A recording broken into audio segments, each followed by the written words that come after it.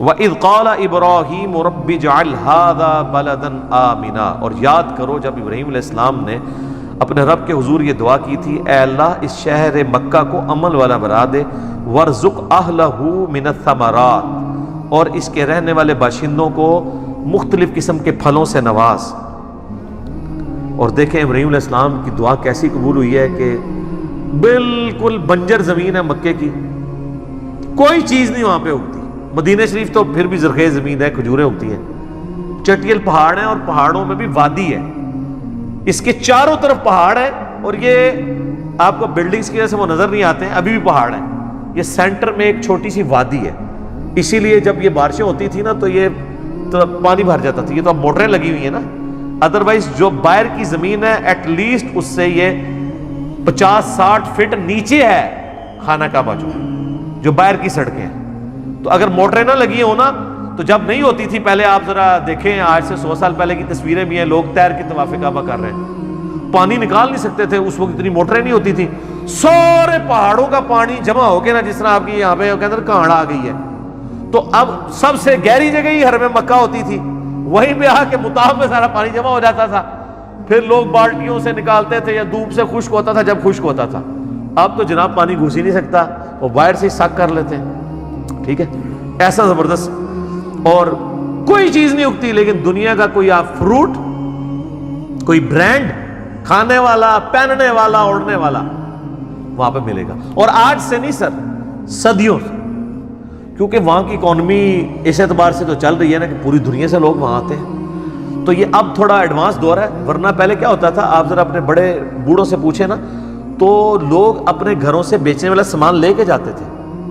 مثلا پوری دنیا میں جو مسالہ جاتا ہے نا وہ انڈیا، پاکستان، بنگلہ دیش، ان علاقوں کے ہیں، چاول، گندم، یہ چیزیں تو وہاں ہوتی نہیں ہیں، وہ تو بیچارے کھجور کھانے والے لوگ ہیں، ٹھیک ہے، تو یہاں سے لوگ حج پہ جب جاتے تھے نا تو اپنے قافلوں پہ سامان لاد کے لے جاتے تھے، وہاں جا کے وہاں حاجیوں کو بیچتے تھے، ظاہر ہے۔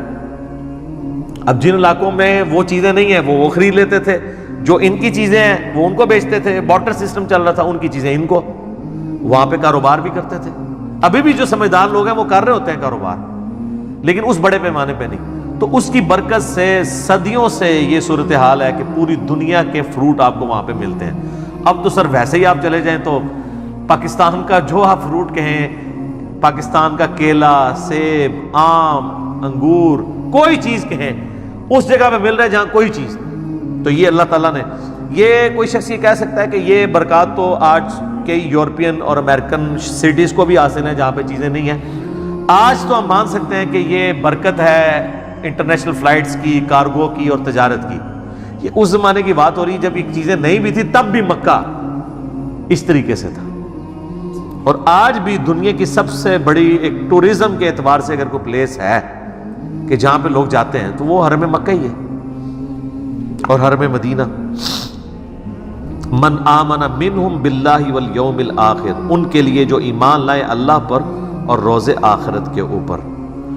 اچھا یہاں پہ میں عرض کر دوں، بخاری مسلم میں حدیث ہے، نبی علیہ السلام نے دعا کیا، اللہ نے مکے کو حرم بنایا تھا، میں مدینے کو، حضرت ابراہیم نے مکے کو حرم بنانے کی ریکویسٹ کی تھی اور تو نے اے اللہ بنا دیا، میں مدینے کو حرم ڈکلیئر کرتا ہوں۔ اے اللہ مدینے کی محبت ہمارے دلوں میں مکے کی طرح کر، بلکہ اس سے بھی بڑھ کے کرتے ہیں۔ اے اللہ مدینے کے مد میں برکت عطا فرما، مدینے کے سا میں برکت عطا فرما، یہ میئرمنٹ کے انسٹرومنٹ سے، جس طرح آج کل میٹرز ہیں، کیجیز ہیں۔ اور نبی علیہ السلام نے کتنی دعائیں کی مدینے کے لیے۔ پھر مسلم شریف کے الفاظ ہیں، جو مدینے کے مصائب پہ صبر کرے گا میں اس کا شفیع بنوں گا۔ صحیح مسلم کے الفاظ ہیں، ایک زمانہ آئے گا لوگ مدینہ چھوڑ کے چلے جائیں گے، کاش ان کو پتا ہوتا مدینہ ہی ان کے لیے سب سے بہتر جگہ ہے۔ جامعہ ترمذی میں حدیث ہے، ہو سکے تو مدینے میں مرو، یعنی اپنی سکونت وہاں اختیار کرو، جو مدینے میں مرے گا قیامت والے دن میں اس کی شفاعت کروں گا۔ اسی لیے بخاری میں آتا ہے نا، حضرت عمر دعا کیا کرتے تھے، اے اللہ مجھے مدینے میں موت اور شہادت کی موت عطا فرمانا۔ اور بخاری میں آتا ہے اللہ نے دونوں دعائیں کی قبول بھی کی ہیں، شہادت کی موت بھی ملی اور مدینہ شریف میں بھی، اور میں سمجھتا ہوں اس سے بڑی فضیلت روضہ شریف میں ساتھ دفن ہونا ہے، جنت کے ٹکڑے میں۔ بخاری مسلم میں حدیث ہے، میرے گھر سے میرا ممبر جنت کا ٹکڑا ہے، اور امام بخاری نے اس پہ باب باندھا ہے، قبر رسول سے ممبر رسول جنت ہے، کیونکہ آج نبی اسلام کے اسی گھر میں سیدہ عائشہ کے حجرے میں سلام اللہ علیہا نبی علیہ السلام کی قبر مبارک ہے. اور حضرت عمر نے، بخاری میں بڑی دردناک حدیث ہے، اپنے بیٹے کو بھیجا جب آپ کو زخم لگا، معدہ کٹ گیا، کھانا بھی نہیں رکتا تھا، جو کھاتے تھے نکل جاتا تھا، اور ان کو اب لگا کہ میں نہیں بچ پاؤں گا، تو انہوں نے اپنے بیٹے کو کہا کہ جا کے سیدہ عائشہ کے پاس جا کے کہو کہ عمر ابن خطاب سلام عرض کرتا ہے اور چاہتا ہے اپنے 2 ساتھیوں رسول اللہ اور ابو بکر کے ساتھ دفن ہو، اور تم نے یہ نہیں کہنا کہ امیر المومنین، بلکہ کہنا عمر ابن خطاب، کیونکہ مجھے یعنی ان کو ایک خدشہ تھا کہ وہ امیر المومنین کا حکم ماننا تو ضروری ہے نا، وَأُولِي الْأَمْرِ مِنْكُمْ، ٹھیک ہے، جس کے تحت ہم نے بھی یہاں پہ اب اسٹوڈیو ریکارڈنگ شروع کر دی ہے اپنے امیر المومنین کے حکم کی وجہ سے، کرونا وائرس کے تحت. تو اما عائشہ نے کہا وہ تو میں نے اپنے لیے قبر کی جگہ رکھی تھی، آج میں عمر کو اپنے پہ ترجیح دیتی ہوں. پھر آ کے ابن عمر نے جب بتایا تو حضرت عمر نے کہا کہ واللہ میرے لیے اس سے بہتر کوئی نعمت نہیں تھی کہ مجھے نبی علیہ السلام کے ساتھ مدفن نصیب ہو. الحمدللہ.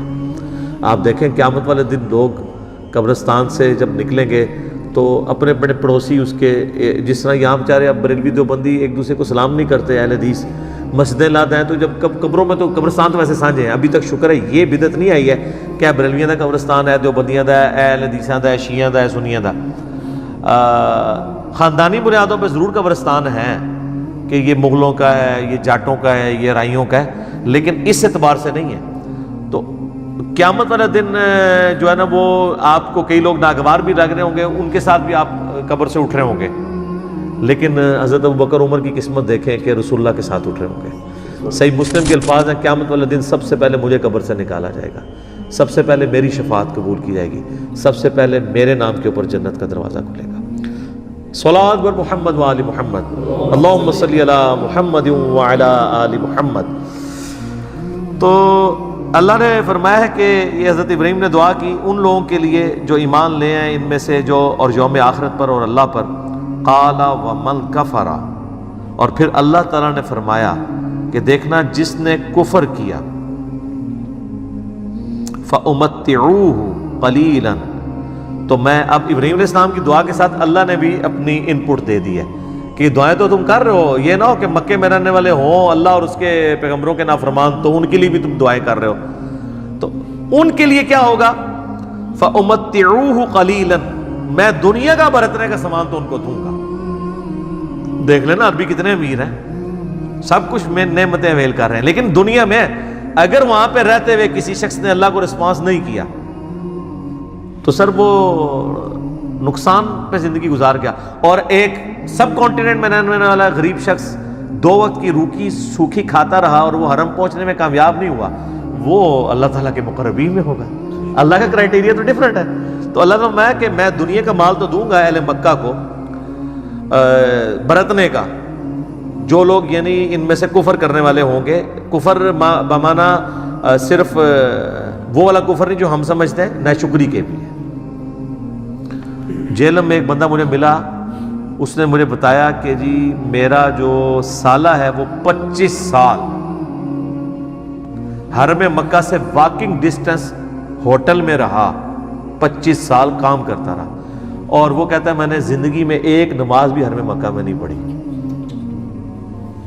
نہ میں نے عمرہ کیا نہ کوئی حج کر سکا، کہتا ہے ٹائم ہی نہیں ملا. انا للہ و انا الیہ راجعون. یہ بالکل جینون ہے، اور یہ ہو جاتا ہے جب اللہ کی طرف سے مہر لگ جائے. مہر بھی لگ جاتی ہے اور بعض کا انسان چیزوں کو کیجول لے رہا ہوتا ہے. میرے اپنے ساتھ ہوا جب ہم لوگ، میرا ایڈمیشن ہوا نا ٹیکسلا انجینئرنگ یونیورسٹی کے اندر، پہلے یو ٹی لاہور میں تھا پھر ادھر بھی ہو گیا، تو مجھے لاہور پسند نہیں تھا. میں حالانکہ میں 1.5 ہفتے انجینئرنگ یونیورسٹی لاہور میں کلاسیں پڑھتا رہا. ادھر کا مجھے موسم بھی اچھا لگتا تھا اسلام آباد کے ساتھ، اور واقعی وہ پھر یہاں پہ میکینیکل انجینئرنگ کا ایک زیادہ روب بھی تھا ایز کمپیئر ٹو لاہور کی میکینیکل انجینئرنگ. تو میں جب گیا نا تو اب بچپن سے ہم لوگ اپنی ہسٹری کتابوں میں ٹیکسلا کا میوزیم پڑھ رہے تھے کہ جی پاکستان میں اس طرح کا میوزیم نہیں ہے. تو میں نے جناب کہا جی چلو سب سے پہلے ہم میوزیم دیکھیں گے. تو سر آپ دیکھیں میں 5 سال وہاں پڑھتا رہا ہوں، ہر ویکینڈ پہ ارادہ کرتا تھا، ایک ویکینڈ میں جیلم واپس آتا تھا، ایک ویکینڈ وہاں گزارتا تھا، لیکن کوئی نہ کوئی کام پڑتا تھا. حتیٰ کہ پاس ہو کے ڈگری بھی لے لی. جس دن ڈگری ملی نا اس دن میں نے کہا یار آپ تو ہم نے واپس بھی نہیں آنا، تو آج ہم کم از کم میوزیم تو دیکھ جائیں۔ اس دن میں گیا تو میوزیم ہی بند۔ تو سر یہ آج اس بات کو سمجھ لیں 20 سال ہو چکے ہیں۔ 2001 جون میں فارغ ہوا تھا انجینئرنگ یونیورسٹی سے، تو میں نہیں میوزیم دیکھ سکا۔ اس سے پہلے 6 سال یعنی 1995 سے لے کے ابھی تک 25 سال ہو چکے ہیں، میں سینکڑوں دفعہ ٹیکسلا گیا ہوں، اور میوزیم کے آگے سے گزر کے ہماری یونیورسٹی آتی ہے، واکنگ ڈسٹنس پہ ہے۔ یہ نہ سمجھنے کو بہت دور ہے، یونیورسٹی سے واکنگ ڈسٹنس پہ ہے۔ نہیں ٹائم ملا تو یہ ہو جاتا ہوتا ہے اس طرح کا۔ بار یہ کوئی بدبختی نہیں ہے، وہاں پہ تو وہ ساری وہ بدھ مت کے وہ سارے بت اور وہ سکے رکھے ہوئے ہیں۔ میں مکے کے حوالے سے بات کر رہا ہوں، اللہ فرما رہا ہے دنیا میں تو میں دوں گا، ثم اضطرہ الی عذاب النار، اس کے بعد میں انہیں پھر مجبور کر دوں گا، گھیر گھار کے لے آؤں گا آگ کے عذاب کی طرف۔ سر یہ الفاظ دیکھیں، یہ کتابوں کا خدا ہے، بات بھی ہو رہی ہے تو کس طریقے سے ہو رہی ہے، کتنی تکلیف اگلے کو دینے والی بات کہ میں ان کو گھیر گھار کے پھر آگ کے عذاب کی طرف لے آؤں گا۔ مراد یہ کہ ان کو پتہ بھی نہیں لگے گا، اپنی طرف سے سمجھ رہے ہوں گے اللہ کا بڑا کرم ہے۔ یہاں پہ بھی کئی فلمی ایکٹر ہیں وہ کہتے ہیں اللہ کا بڑا کرم ہے، فلم کامیاب ہوئی، وہ گھیر گھار کے جا رہے ہوتے ہیں اس طرف۔ وَبِئْسَ الْمَصِيرُ، اور کیا ہی برا ٹھکانہ ہے جہنم۔ اور سر سورۃ الفرقان میں تو آتا ہے کہ جہنم ایک لمحے کے رہنے کے لیے بھی برا ٹھکانہ ہے اور ہمیشہ رہنے کے لیے بھی، کیونکہ بعض لوگ کہتے ہیں نا کہ جی وہ ایک پھیرا ہی لگے گا، پھیرا والا معاملہ نہیں ہے، ایک لمحے کے لیے بھی ایک بری جگہ ہے۔ اللہم اجرنا من النار، اللہم اجرنا من النار، اللہم اجرنا من النار، آمین۔ اللہم من احییتہ منا فاحیہ علی الاسلام ومن توفیتہ منا فتوفہ علی الایمان، آمین۔